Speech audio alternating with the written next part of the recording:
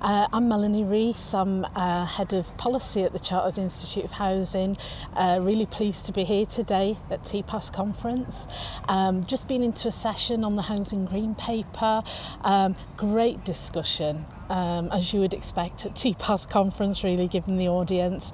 A lot of passion around the desire to be involved locally, but also nationally, in shaping national policy about things that matter to tenants and affect them in their homes. And also, I think, some strong feelings about the lack of focus that there's been on housing and social housing in recent times, and in particular the high turnover of housing ministers. We've seen another one come into post this week, and that's seen as something that's not ever so helpful in terms of maintaining focus to do what we need to do.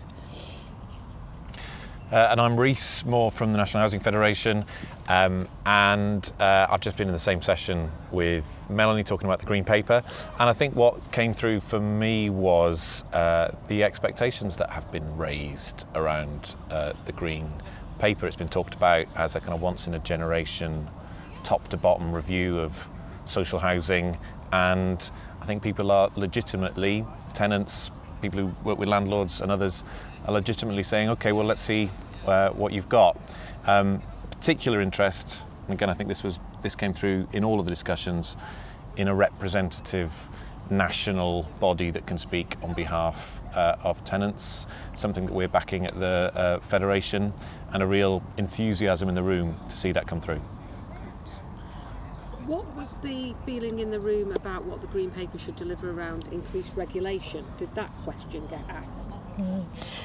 There was an appetite for increased regulation, I think.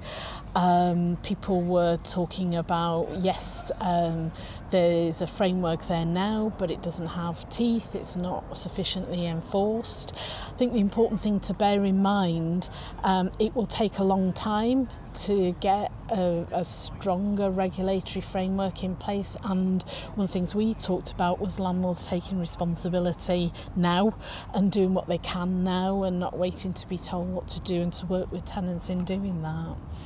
Yeah, and there was talk about consistency, so recognition that whilst there's some really excellent practice in terms of tenant engagement and tenant involvement in housing associations and across the social housing sector, that there's areas where performance isn't good enough, and that there's clearly a role for regulation there to identify where perhaps performance isn't up to scratch, but also that regulation in and of itself is not going to be enough, and that if we're really going to have an impact, then you're looking at kind of long-term culture change and leadership, and that really needs sector leadership to drive that. So I think an agreement that you need a bit of both.